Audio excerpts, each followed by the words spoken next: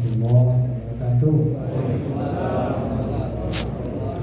Alhamdulillahirabbil alamin. Wassalatu wassalamu ala Rasulillah wa la ilaha illallah Rasulullah.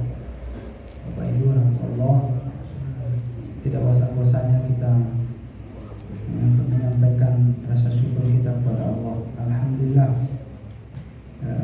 perjalanan hidup kita selalu diberikan oleh Allah kenikmatan, rahmat, dan bahkan ridhonya kepada kita semua. Dan alhamdulillah saat ini kita merasakan hal yang spesial. Kita masih kondisi dalam ketaatan kepada Allah, dalam ibadah Ramadan, dan hal-hal lain kita berusaha untuk beraktivitas selalu dalam bimbingannya. Semoga setiap langkah perjuangan pengorbanan kita semua menjadi catatan amal besar. Tidak lupa kita sampaikan salawat dan salam kepada Nabi kita Nabi Muhammad SAW dan juga para keluarga, sahabat dan seluruhnya termasuk kita semua. Bapak Ibu rahmatullah, di kesempatan yang sangat singkat ini saya ingin menyampaikan sebuah pesan ulama ketika beliau ditanya oleh seorang jamaah. Pertanyaannya, wahai Syekh, apa yang perlu dipersiapkan menjelang bulan Ramadan? Kata beliau, amal yang paling utama saat menyongsong bulan ketaatan itu adalah perbanyaklah istighfar. Sungguh dosa-dosamu itu akan menghalangi taufik Allah, dan istighfar itu akan mensucikan hatimu. Itu jawabannya, dan itu menjadi pesan buat jamaah tadi dan tentu buat kita semua. Kan Ramadan berjalan, jadi seharusnya ya sebelum Ramadan istighfarnya misalkan ya. Tidak.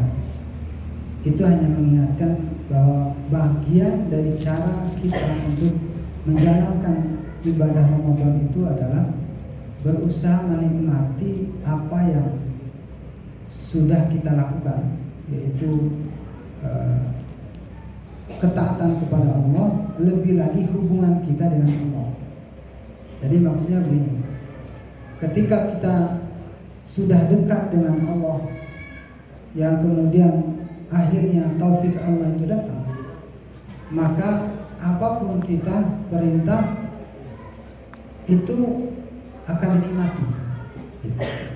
Makanya perintahnya istighfar itu. Nah, lalu apa poin yang perlu dipahami? Pertama adalah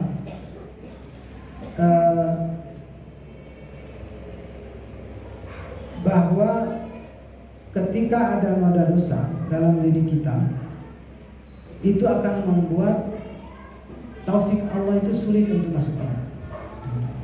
Itu poin. Kenapa demikian? Iya, karena diri kita yang menghalangi taufik itu hadir. Ya, dengan cara apa? Dengan cara kemaksiatan atau kehilafan yang kita lakukan. Nah, oleh karenanya, untuk mendapatkan taufik Allah itu, mari kita sucikan hati kita. Lalu apakah serta-merta dengan istighfar hati kita kontan jadi bersih? Belum tentu. Kenapa? Ya karena permasalahannya istighfar yang bagaimana? Karena begini Pak, ilustrasi mudahnya gampang lah. Ada orang yang nanya gini, Ustaz, rumah saya itu ya banyak jin. Taunya dari mana? Itu pokoknya masa tiap malam tanya pintu teh bergerak sendiri, gitu kan? Apalagi piring toto pecah, kita cari jatuh pecah, gitu kan? Cari kucing nggak ada, jangan-jangan tikus katanya. Pokoknya waktu itu Ustaz, orang hampir setiap hari, gitu kan? Ya udahlah, banyak ini aja, banyak baca triple cool. Atau dalam hadis itu ya baca surat Al-Baqarah minimal ayat kursi begitu. Oh ya, siap. Nah, dibacakanlah setiap hari rutin ya, bolak-balik. Ternyata ketika dibacakan Pak, kan seharusnya yang mental itu adalah jinnya. Tapi ini mah yang mental itu yang bacanya. Terus yang luar biasanya lagi adalah eta lebih husuk, lebih fasih jinnya dibandingkan eta yang baca begitu. Ini ada apa ini gitu? Ya. Artinya gini, kan kalau bilang astagfirullah itu biasanya kan kita kan atau la ilaha illallah atau alhamdulillah. Tapi kan nyata di luar orang kafir juga kadang spontan karena kebiasaan mendengar kita gitu, alhamdulillah saya dapat rezeki, padahal salib di depannya gitu. Nah, artinya di sini adalah permasalahannya bukan saja ucapan itu, bukan saja itu, tapi ucapkanlah semua itu berangkat dari hati kita. Berangkat dari hati kita itu adalah pastikan bahwa pada saat kita mengucapkan itu bersamaan maksudnya dengan hati kita. Kalaulah surat Al-Falaq dengan surat An-Nas itu bermakna perlindungan, maka pastikan hati kita saat menyatakan itu, saat membaca itu, hati kita itu sedang berlindung kepada Allah. Ya Allah, saya hadir di hadapanmu, datang dengan kelemahanku, datang dengan kehinaanku, ingin berlindung kepadamu gitu. Dan itulah yang membuat jin itu kelepek-kelepek gitu, takut. Karena yang menguatkan kita itu adalah hati kita, yang kemudian Allah turunkan keajaiban di balik itu gitu. Nah, begitu juga dalam urusan istighfar gitu kan. Istighfar itu sebenarnya apa? Sebenarnya adalah datang mengakui atas khilafan kita, sadar bahwa diri ini penuh dengan khilafan, dosa dan bahkan maksiat padanya. Datanglah, sadarlah dengan itu. Jadi istighfarnya itu benar-benar pengakuan dosa. Dan jangan salah, disangkanya orang Islam itu bukan orang Islam. Itu ada orang itu melakukan pengakuan dosa itu kan agama lain. Jangan keliru, justru mulai dari Nabi Adam itu sudah melakukan pengakuan dosa. Ya kan? Rabbana dzalamna anfusana, itu kan pengakuan dosa. Permasalahannya adalah ada orang yang mengakui dosa itu di hadapan Allah, ada orang yang mengakui dosa itu di hadapan manusia. Nah itu, yang masalahnya itu pada manusia. Jadi kalau mau mengaku dosa adalah kepada Allah. Makanya bagi kita langsung astagfirullah. Pengakuan dosanya kepada Allah. Kalau ini dilakukan oleh kita, luar biasa. Dosa apapun, dan jangan merasa diri bersih. Ya, siapapun di antara kita, mau titelnya ustaz kayak kiai kan tetap ya kudu istighfar. Apalagi nggak punya titel apa begitu. Jadi nggak ada pengecualian. Gitu. Siapapun kita istighfar. Karena minimal kekhilafan, kekurangan itu ada pada 3 tempat minimal. Yang pertama adalah kurang dan tidak sensitifnya kita dalam bersyukur kepada Allah. Yang kedua, kurang dan tidak sempurnanya kita dalam beribadah kepada Allah. Dan yang ketiga adalah khilafan dan dosa yang kita lakukan. Minimal 3 ini coba. Teliti Pak, apakah kita bisa menyelesaikan 3-tiganya? Wah, rasanya mah hese Pak manusia. Urusan nikmat kan bersyukur tadi. Ya Allah, tidak ada sedikit pun dalam diri kita ini yang lepas dari nikmat Allah.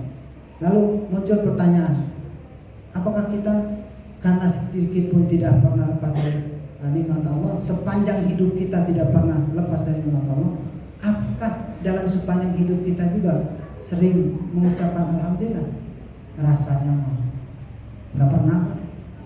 Kapan itu baru dari sholat, baru zikir alhamdulillah kan gitu.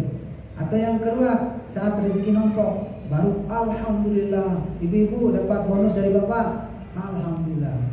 Padahal makin tanpa itu semua sudah banyak rezeki yang kita nikmati, gitu. Oke, terlalu panjang rinciannya. Lalu apa dibalik pengakuan ini? Apa dampaknya? Dampaknya adalah Bapak Ibu sekalian yang dirahmati Allah.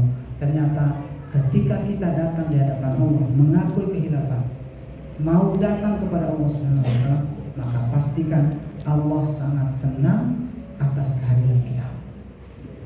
Bahkan senangnya Allah itu lebih senang dibandingkan seorang ibu yang kehilangan anaknya yang kemudian dia menemukan anaknya itu.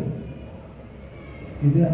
Kebayang ibu-ibu kalau anak hilang 2-3 hari atau seminggu begitu, tanpa ada kabar sedikit pun, kita pun mencari kemana-mana gak ditemukan.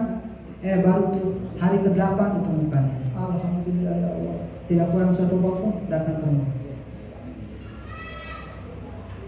Dan bahkan riwayat yang lain dikatakan bahagianya Allah Subhanahu wa taala ketika seorang hamba kembali kepadanya beristighfar, mengakui atas kehilafannya.